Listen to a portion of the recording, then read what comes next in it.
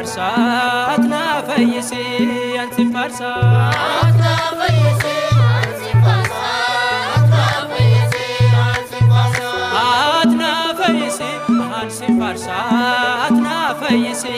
ansi farsat na fayyisi ansi farsat na fayyisi ansi farsat sabake udatan waeke wadesa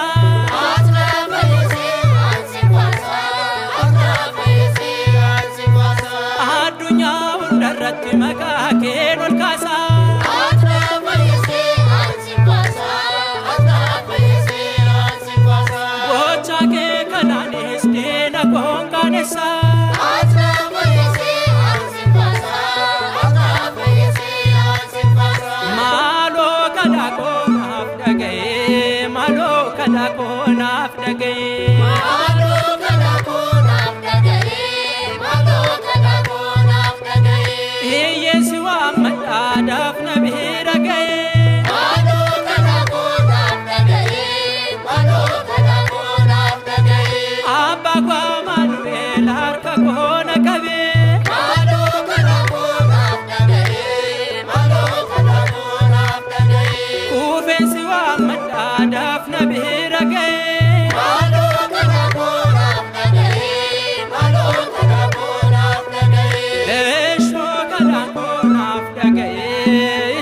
kadako nafdagaye isho kadako nafdagaye isho kadako nafdagaye esho kadako nafdagaye esho kadako nafdagaye isho kadako nafdagaye isho kadako nafdagaye biya lafarati abdi kana nabe isho kadako nafdagaye isho kadako nafdagaye Goa made isho kadako nafdagaye isho kadako nafdagaye bakenani kufena kafate isho kadako nafdagaye isho kadako nafdagaye anaf wakayon nanjalada sakake ni jalana anaf wakayon nanjalada sakake ni jalana nanjalada Jalada gafarako nan wamada rakinako etimada faisako nan wamada rakinako etimada chala hunda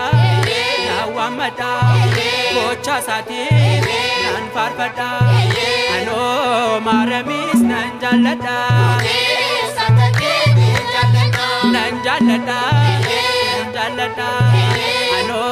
mikalis nan jalada sakake ni jalana ano gabrielis nan jalada sakake ni jalana ano gyurgisis nan jalada sakake ni jalana ano takliyes nan jalada sakake ni jalana ano abuye nan jalada sakake ni jalana ano arsemas nan jalada